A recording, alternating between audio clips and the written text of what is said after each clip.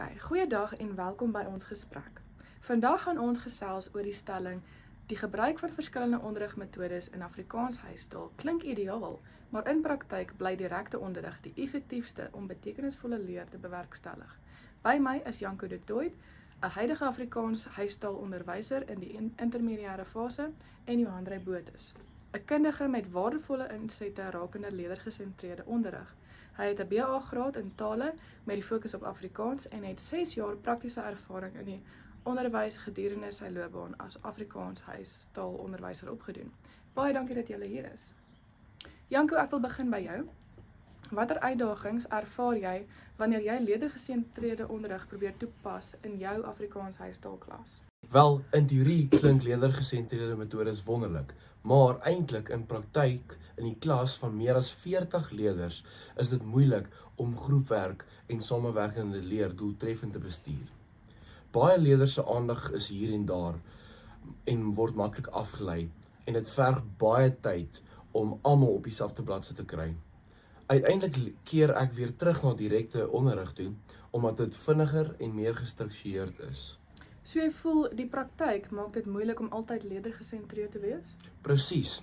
Die werklikheid van groot klas en beperkte tyd werk teen ons. Ek gaan wel sê dat direkte onderrig meer geskik is vir die inhoud van oordrag van lesse wat groot hoeveelheid inhoude aan die leerders moet oordra. Dit mag die geval wees, maar direkte onderrig beperk leerderbetrokkenheid en dit is 'n sleutelfaktor wat bydra tot effektiewe leer.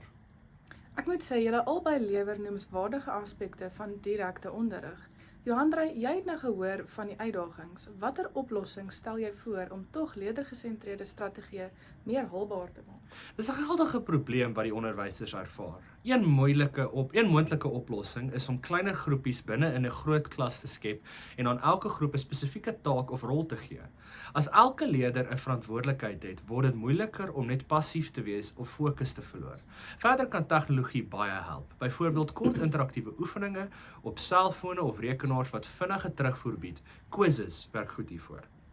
En hoe kan 'n onderwyser wat aan direkte onderrig gewoond is, beweeg na 'n meer leergesentreerde of indirekte onderrig? Begin klein. Jy hoef nie nou jou hele lesplan te verander nie. Integreer eers een leergesentreerde aktiwiteit per week, soos 'n kort debat of 'n kreatiewe skryfopdrag waar leerders in pare saamwerk. Dan bou jy dit stadig uit. Gebruik ook spesifieke rolverdelings binne in groepe. Dit help om leerders se punte hiervoor te gebruik om seker te maak dat die groepe gebalanseerd is. Onthou ook om deeglik te reflekteer oor die lesse wat jy aanbied, beide in praktyk en op praktyk. Dit help om hindernisse te identifiseer en om oplossings daarvoor te genereer, sodat jy kan verbeter op toekomstige leergesentreerde lesaanbiedings. Nou, baie onderwysers voel steeds dat direkte onderrig die vinnigste is, maar watter voordele het leergesentreerde leer wat dit die moeite werd maak? Leerders ontwikkel nie net taalvaardighede nie, maar ook probleemoplossing, kritiese denke, sosiale vaardighede en samewerking. In Afrikaans huistaal help dit vir leerders om taal werklik te gebruik en nie net te memoriseer nie. Byvoorbeeld 'n groepgesprek in Afrikaans oor 'n gedig leer hulle hoe om hulle eie mening te formuleer en ander se sienings te respekteer, waar direkte onderrig se les oor dieselfde onderwerp nie noodwendig vir leerders die geleentheid sou bied om ander leerders se sienings te hoor of daarop te reflekteer nie. Dit is dan ook hoe diepgaande leer bewerkstellig word. Kyk, ek stem 100% met meneer Botha.